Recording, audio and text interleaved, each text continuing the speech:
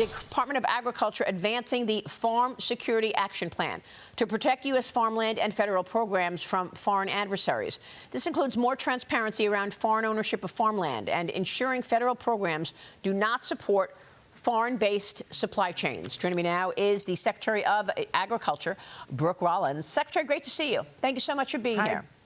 Good morning, Maria. Great to be back on. And I know you'll be signing a new memorandum of understanding today with the Department of War Secretary Pete Hegseth. You've said many times farm security is national security. Tell us about today's action. Well, in just about an hour, Secretary Hegseth is coming over to USDA. We'll be hosting an event, doing a press conference, and signing a memorandum of understanding that an unprecedented effort to ensure that our departments are working together. I appreciate you've always been so great to kind of let me come on and talk about how farm security is national security, that before President Trump came into office, the consolidation of our farmlands, the foreign adversarial ownership of farmlands, especially from China and other places, has really been creeping up on our country. Now we have almost 300,000 acres owned by China. Of course, a lot of our food supply and food sources are now foreign, come from foreign sources, and we're working to reverse that while at the same time protecting our farmers, protecting our farmland from our foreign adversaries. So it's just another step in the right direction. I'm so proud of Secretary Hegseth. He has leaned all in on this, as has the president, and we're going to keep fighting for our American farmers and ranchers. Well, that's a lot of acres that China already owns, Secretary. I know that you're putting a stop to foreign adversaries owning land now, but what about all that land that China owns already? How do you protect it? Well, we're working on that right now. Obviously, I'm working with Congress. We've got a couple members of the Hill who've been very forward-leaning on this. Our chairman of both of our ag committees are really keyed in on this as well. But here's an important piece that I think that we're going to really be leaning into. The states have a really great opportunity to partner with the federal government on this. The most forward-leaning governor has been Sarah Sanders of Arkansas. She has really come to the table. We're working together. Nebraska, Jim Pillen has been very forward-leaning on this, and several of the other states. So not only are we going to be working with Congress, sometimes Congress takes a little bit longer than maybe Trump time allows, but the opportunity to work within the states, within their state legislatures, we're going to be really focused on that this year to address exactly what you said, not just stopping moving forward the ownership of these lands, but also looking to see in these states where we are and how we begin to roll that back. Well, I mean, I asked the same question when it comes to the Department of War's use of Chinese drones. I mean, I know going forward we're going to stop buying drones from China, but what about all the drones that we have in our armament already? You know, I mean, those are being used, you know, and buying drones from an adversary, to me, seems like a huge risk, given that when you've got a drone shooting something, China can see the same thing. So there's that. I know that's not your portfolio, but it's the same idea. But you say that the administration, yeah, go ahead.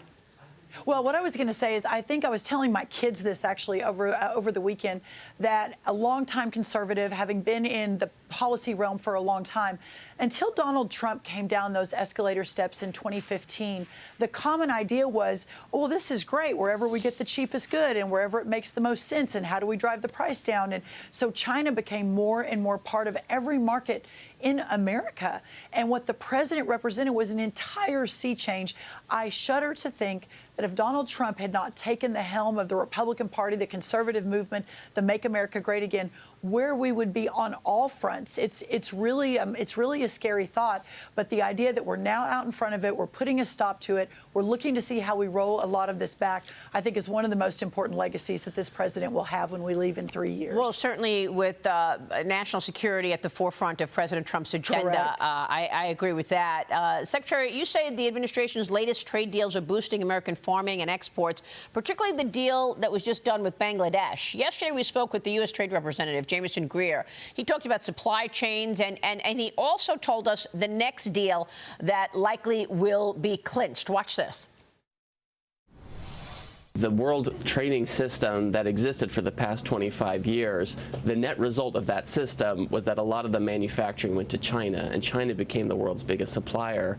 Prior to that, the United States had been the world's biggest supplier. Just over the past 10 days, we've signed agreements with Argentina, with Bangladesh, with India, before that with Guatemala and El Salvador. And all of these deals open these markets more to U.S. exports. What other countries are on the horizon or down the road that we should think about with regard to this new trade policy?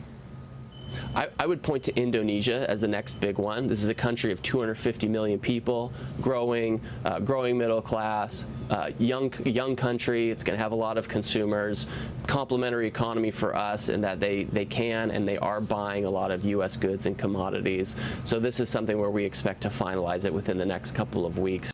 Secretary, what should we expect in terms of what comes out of an Indonesia deal?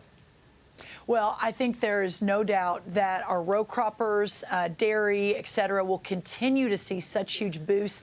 I know that when the president sort of ripped the Band-Aid off last year on Liberation Day and the world went into a meltdown, or a lot of the world did, I should say, a lot of America did. But what we've seen is exactly the opposite. Trade deal after trade deal after trade deal. Maria, last year, corn exports were up 29%. Dairy exports were up 17%. And listen, this is just the very beginning. What we're going to reap over the next few years for our farmers as we rebuild our agriculture base is going to be, I believe, nothing short of remarkable. And that's because of the incredible leadership of President Trump, but also the amazing minds of Jamison Greer and Scott Besson and Howard Lutnick. This team the president's put together is remarkable. We're changing the world, changing the game, and I believe we're saving America. And I just couldn't be prouder of their work and getting to be a part of that. And the president also signed an executive order to expand beef imports from Argentina as American consumers face higher beef prices and ranchers battle supply chain challenges. When would you expect some relief there? Well, we are at our lowest cattle herd number in 75 years. And by the way, this isn't just America. This is sort of a worldwide supply and demand issue. But we also are coming out of the Biden years where they declared war on cattle. I mean, Maria, how crazy. A cow burping is causing climate change, and therefore we must get rid of the cattle. I mean, this is going to take a minute to fix because it's a 2-year deal. But the Argentina import, you know, it shouldn't affect much, 100,000 versus 13 million that we consume, 13 million metric tons, but it should help a little bit. Secretary, thank you. Good to see you this morning. Thank you so much. We appreciate it. Brooke Rollins this morning. Stay with us. We'll be right back.